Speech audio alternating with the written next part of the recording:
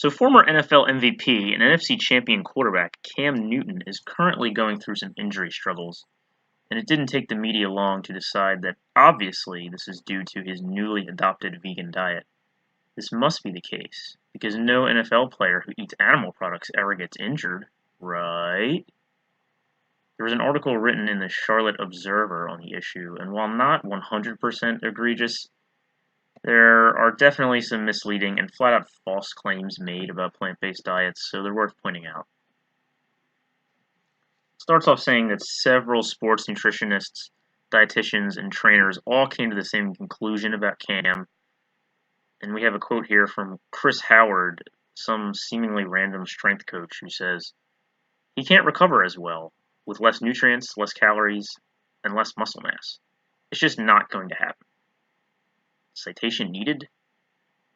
He just makes a blanket statement about unnamed nutrients while not even knowing the details of what Cam is eating. Which nutrients is he lacking in, since you've clearly done an in-depth analysis using metabolic panels and intake records? Oh wait, you just blanket stated that he can't recover since he's lost some weight. My bad.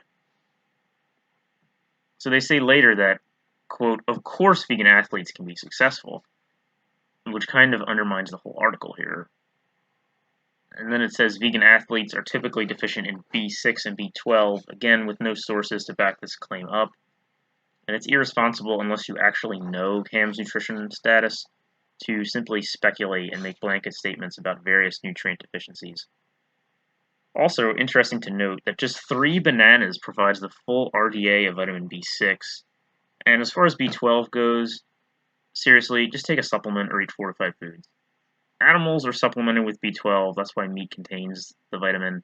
It's originally from bacteria anyway, so this idea that a plant-based diet must be wrong because of a lack of B12 is just foolish.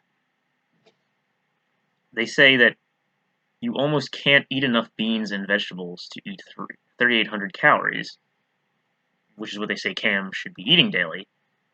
Well, here's an image from a daily eating vlog of vegan powerlifting champion Patrick Baboumian, where he eats over 5,300 calories in a day. Oops! You can check that full video out if you'd like. Link is in the description. So next is the obligatory complete protein spiel. And while speaking on amino acids, the article quotes, "You look at corn, it's got 2 of them. Green beans have another one.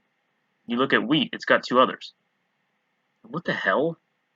This is just blatantly made up. 1 or 2 essential amino acids in these foods? Are they even trying?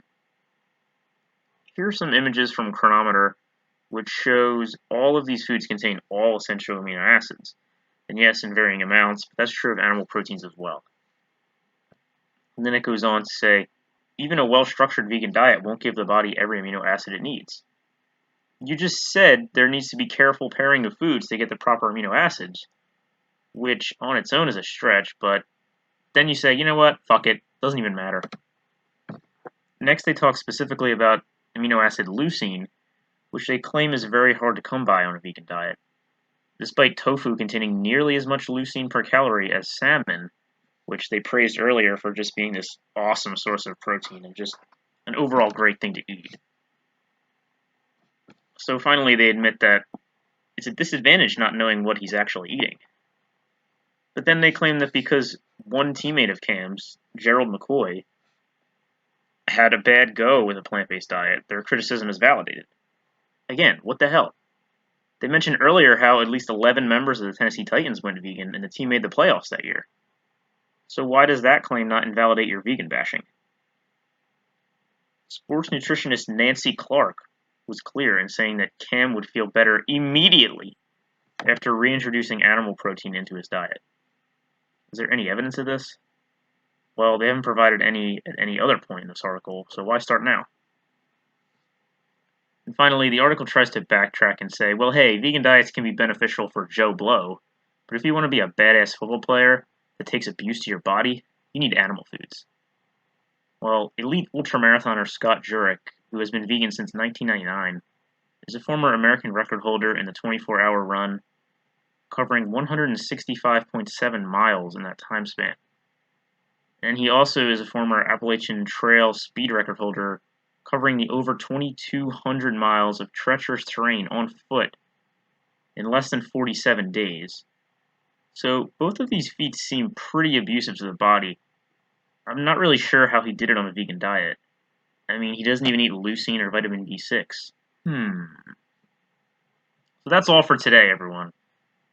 Remember to always stay critical, check your sources, don't fall for sensationalist BS. Time to go vegan is now.